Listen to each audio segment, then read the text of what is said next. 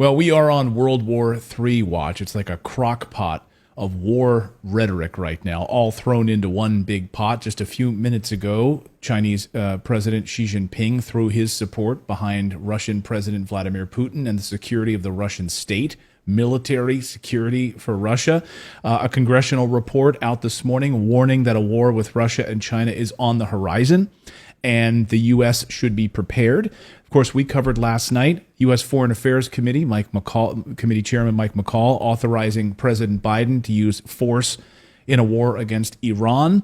The Biden regime has also discussed using military force if Lebanon-based Hezbollah attacks Israel with rockets. All of these things unfolding in a World War III watch right now. We figured we'd bring in former UN weapons inspector, former U.S. Marine Scott Ritter, whose analysis on geopolitics and everything going on with these strategic war rhetoric right now is so important. Scott, welcome to the show.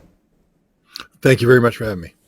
So I guess maybe we start with just a few minutes ago, Xi Jinping throwing security support behind Russia. And what does this mean with this new congressional report warning that Russia and China, a war with both of those countries simultaneously, is on the horizon? Well, first of all, let's talk about what Xi Jinping has done. China and Russia, of course, have a relationship that's superior to any treaty relationship. It's a relationship without any boundaries. This is what they've been saying. But there's been some boundaries. I mean, China has been a little bit reticent about Russia's military incursion into Ukraine. It violates China's Westphalian principles of sovereignty and things of that nature. But I think China has been compelled to reassess its posture, not by Russia's actions, but by the collective West's actions, that China now recognizes that this struggle between Russia and Ukraine isn't about Russia against Ukraine. It's about Russia against the collective West, against NATO, against the United States. And then China has to evaluate the rhetoric and the actions that have been coming out of the United States, its European allies, its Asian allies, in regard to China, the strangulation of China that they're trying to do economically and geopolitically. And China, I think, has realized that the best way to protect China is to align China militarily, from a security standpoint, with the other nation that is lined up against the same enemy set that China's facing, and that's Russia. And this is a huge deal because it's not that China's military is going to be coming over the borders. I mean, I think you'll see some Chinese assistance from a material standpoint. You'll see some of this. You'll see closer cooperation between Russia and China. It won't be a one-way street. Russia has some technology it can offer China that will be devastating to America if China ever incorporates it. But more importantly, it's about the fact that Russia is no longer alone. That China now has says we support what you're doing. We're on your side. We're on Team Putin when it comes to Ukraine, when it comes to the world, the global position. This is bad news for those in the United States who are trying to resurrect Cold War fantasies of being able to wage and win two wars simultaneously. You know, back when I was in the Marine Corps, we actually had a posture of fighting 2.5 wars. The way the United States was configured militarily, we could fight a war in Europe using NATO and defeat the Soviet Union. At the same time, we could fight a major war in the Pacific, probably North Korea, and defeat the North Korean Chinese threat, and still have sufficient force to engage in a smaller war, say in the Middle East, where we would fight a holding action until we won one of the two major wars and diverted the resources in to win the half war. And we had the forces to do that. We trained to do it. We were ready to do it. And thank God we never had to do it, but I think we could have done it. Today, we went from 2.5 to 2 wars. Today, we're down to literally one war, and we can't even do one war. Let's be honest. If we went to war right now in Europe against Russia, we don't have sufficient military force to prevail.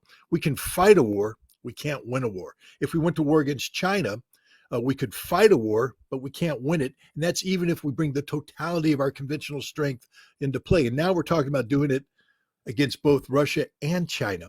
The costs that are going to be associated with this are phenomenal. First of all, it's going to require a massive expansion of our conventional military power. The United States Army just had a shortfall in recruiting.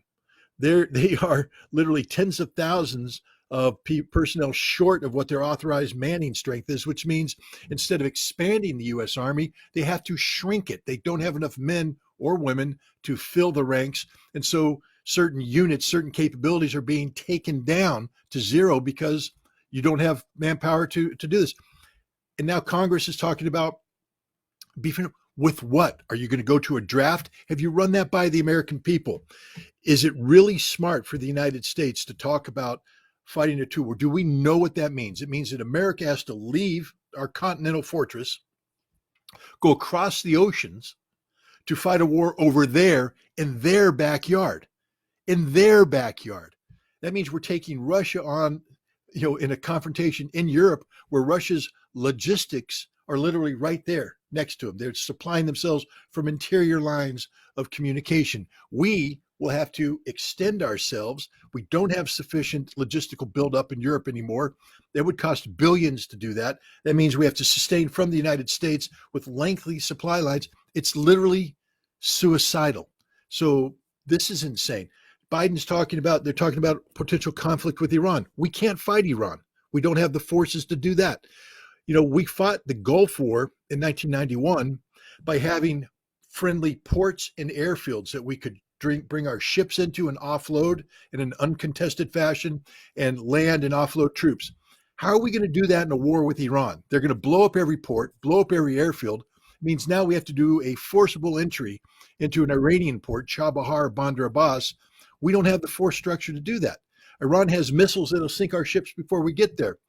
They're parking 2 aircraft carrier battle groups off the coast of Lebanon with a 2,000 man amphibious ready group to fight Hezbollah. Hezbollah is 100,000 men, highly trained, dug in to the hills of southern Lebanon who've been preparing for this fight. We have gone insane. Let me just make it very clear. America can't fight and win a war anywhere in the world right now against any power that has any military capability. We're that weak. We are literally that weak. We can't even stop people coming across our own southern border to the tune of 10 to 15,000 people per day. So we can really extend ourselves going all the way to China or Iran and turning, of course, former allies, I suppose, in Saudi Arabia against us as well. The Biden administration getting the cold shoulder from Saudi Arabia. But the Biden administration seems keen on raising another $100 billion for the war in Ukraine and to funnel money into Israel. Over the past 24 hours, Zelensky on the Ukrainian side has said, see, all of these long-range weapons you've sent us have worked. We now took down 8 Russian helicopters, so keep sending us money. And the Biden administration seems keen on doing that. Where is this money going to go? What is it going to be used for in Ukraine? Hasn't this been finished now? Aren't we done here? Well, Ukraine's over. First of all, let's put the attack on the airfield in perspective. Ukraine fired, I believe, a total of 7 ATACMS and the cluster bomb munition variant of the HIMARS. 5 of them were shot down by the Russians. This is the Russians' first look at this weapon system, meaning that their air defense wasn't configured to defeat this weapon system, but they shot down 5. The 2 that hit didn't get direct hits. They damaged 2 helicopters. They destroyed 2 helicopters. They damaged 7. Those 7 will be brought back into working order. So basically, Ukraine launched a surprise attack using their miracle weapon, and they destroyed 2 helicopters. Russia now has the radar tracked, has all the technical data they need on this, the guidance system. Ukraine will never get a chance like it had. This was supposed to be a massive blow, a surprise attack that would annihilate a Russian airfield. It was a surprise attack. Russia shot down the vast majority of the missiles. The 2 that hit did not deliver a knockout blow, and they will never get this surprise opportunity again. That's it for ATACMS. So we shouldn't be talking about ATACMS anymore. They used it. It didn't do what it was supposed to do. It's done. What else do we have up our sleeves to give? This is it. I mean, what, F-16s now? But remember, those are old aircraft. Nobody's talking about F-16s anymore. The ATACMS was the miracle weapon. It was the one everybody said we had to give to Ukraine to level the battlefield. We gave it to them. They used it. It isn't much. I told everybody that. It's not that good of a weapon system. And used against the Russians, it won't be any good. Now the Russians have built up a threat model. They're going to reconfigure their air defense, tinker it, and it's going to get shot down every time it's fired. Ukraine's got nothing left. Their strategic reserves are empty. They're fighting a series of battles on the front line right now where the operational tempo is dictated by Russia. Ukraine, whatever's left of the Ukrainian army is dying. They have nothing to replace it. Russia's taken over the initiative across the line of contact. It's all over but the screaming and the shouting of dead Ukrainians. And I don't mean to be too callous on it, but this is what it's about. It's about dead Ukrainians. The longer this goes on, the more Ukrainians are going to die and the more territory Ukraine's going to lose. Right now, Russia has initiated offensive operations in the Kupiansk area in the northern part of the line of contact. What's important about that? And again, this is something that most Westerners don't get. They don't understand. Russia kept that sector of the battlefield quiet. Why? Because it's on Ukrainian soil. Russia has always said, we're going to give this back to you when this war is done. We don't want to occupy Ukraine, but we have to maintain this so that we protect our defensive positions in Lugansk, south of that. But they didn't go on the offensive there for the longest time. They have now. What does that mean? See, some people don't understand that when the Russians make a decision to go on the offensive on Ukrainian soil, it means they're now going to own that soil. They're never giving it back. Kharkov is goodbye. Russia will take Kharkov now. And once Russia gobbles up Kharkov, they're going to gobble up everything else. Ukraine just made a fatal mistake and they don't even know it. I mean, Zelensky, if you're watching, please listen to me. You just lost Kharkov. You just lost Kharkov. If you continue, you will lose Dnipropetrovsk. If you continue, you will lose Mykolaiv. You will lose Odessa. It's over. Save your country. Stop the fighting. But they don't get it. And nobody in the West gets it either. When I say this to Western analysts, they go, Scott, that's just Russian propaganda. Oh, no, it's real. It's what the Russians do. They're very honest and sincere. Remember, they're the ones that gave Kiev back to the Ukrainians. Ukraine didn't recapture it. The Russians had fought the Ukrainians to a standstill. They had the operational initiative, but Russia wanted to end the war back in March, April of last year. Russia voluntarily turned over this territory, and Russia was going to turn over all the territory of Ukraine. But the West wouldn't allow Zelensky to pursue peace. And now Zelensky's lost everything, and he's going to lose more. And they don't seem to understand that. So now Ukraine has basically turned into what we all thought it would become, which is basically an aircraft carrier for NATO. I suppose that's the future of what the rest of Ukraine will look like. Is that what we're going to see in Israel now, that this will be a staging ground for this larger regional Middle East war right now? I mean, when Biden leaves, of course, the rumblings are nothing's going to happen, no major offensive is going to happen till President Biden leaves Israel, and then all hell is going to break loose. How do you see this unfolding over the next 24, 48 hours? Look, the Israelis right now are scared to death. Scared to death. They mobilized 360,000 reservists. Let's just put this in perspective. The vast majority of these people did their 2.5 years military service. The Israeli army is not very good. They have some units that are very capable, some of their special forces units, some of their specialized units. They have some technical units that are very good, but the mainstay, the infantry units, the armor units, they're not very good. And they have become even less good by being pulled back from conventional combat duties to policing duties in the West Bank. So most of these reservists spent their time walking the streets in the West Bank, learning how to break the arms of 10-year-old children, how to rough up 15-year-old girls, and how to belly shoot 60-year-old men. That's what they did. Brutal occupation. It was horribly demoralizing for many of these people. They didn't like doing this. And when they left the military, they didn't have a high regard for the military. So now they're back. But this time they're being called upon to do something that nobody in Israel wants to do. go into Gaza. Why? Because in 2014, they went into Gaza and Hamas handed it to them. In 2006, they went up against Hezbollah and Hezbollah handed it to them. The Israeli army just isn't that good, and they're scared to death because Hamas is waiting for them. This is one giant ambush, and the Israeli intelligence is blind. They don't know where they are. They're going to have to go in there and probe, and as they probe, they're going to be blown up, ambushed, slaughtered, and they know this. The other thing that scares them is once they go into Gaza, they're going to be committed to that battle with the bulk of their reserves. And if at that time Hezbollah decides to open up a northern front, Israel's got nothing left. And even if they had something left, they can't beat Hezbollah. They can't beat Hezbollah. They know it. They've exercised it. Last year, Chariots of Fire. This year, Firm Hand. Those are the names of two major exercises where Israel tested its ability to fight a conflict against the Palestinians and Hamas in the West Bank and Hezbollah up north, and they can't do it. They don't have the resources to do it. Now you throw in Iran, and they're definitely screwed. So America is stepping in saying, hey, we're going to flex our muscle in an effort to deter Hezbollah and Iran from striking. It's not working. 2 aircraft carrier battle groups and an amphibious ready group with 2,000 Marines does not a war win. And we don't have anything behind that. We got nothing. And so if they come, so I think what's going to happen is that Biden is going to try and talk some common sense into Netanyahu and let him know the hard reality that, yeah, we flexed our muscles here, but if Hezbollah comes across the border, we'll bomb them, but we can't stop them. It's up to you. And if you can't stop them, you're screwed. And so you might want to think about coming up with a different solution than the one you're picking right now, a full-faced invasion.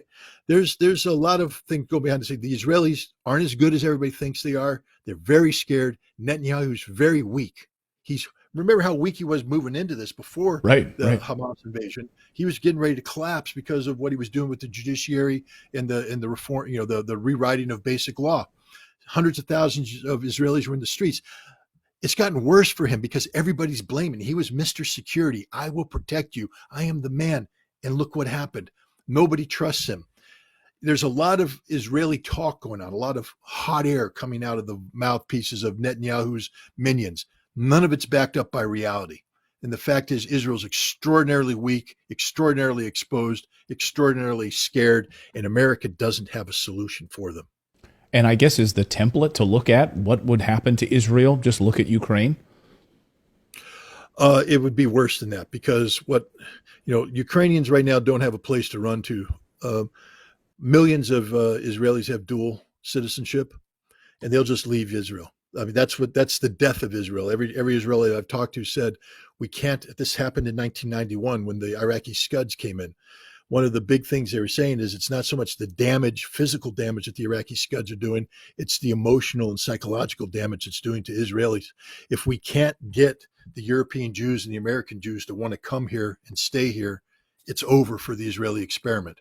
And if Hezbollah can come in and threaten northern Israel, if Hamas can continue to threaten, it's over. People will flee. Millions of people will leave and they will never come back. And that's it for Israel.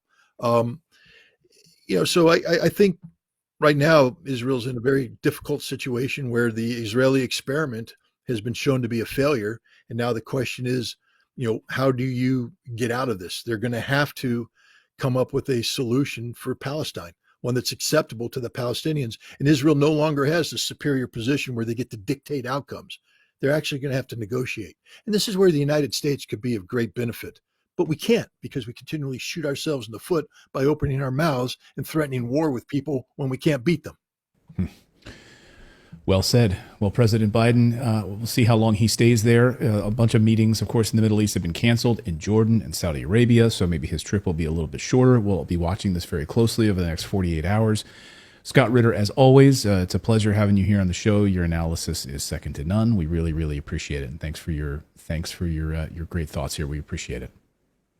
Thank you very much. Thank you so much for watching this segment here at Redacted. We are live every day at 4 p.m. Eastern Time, trying to share the stories that the mainstream media will not cover. You should also come over and join our community of Redacted Rebels over at redacted.inc. That's our private locals community where we can share exclusive content that we simply cannot share here on YouTube. Come over and join the rebellion together right now by going to redacted.inc. We'll see you next time.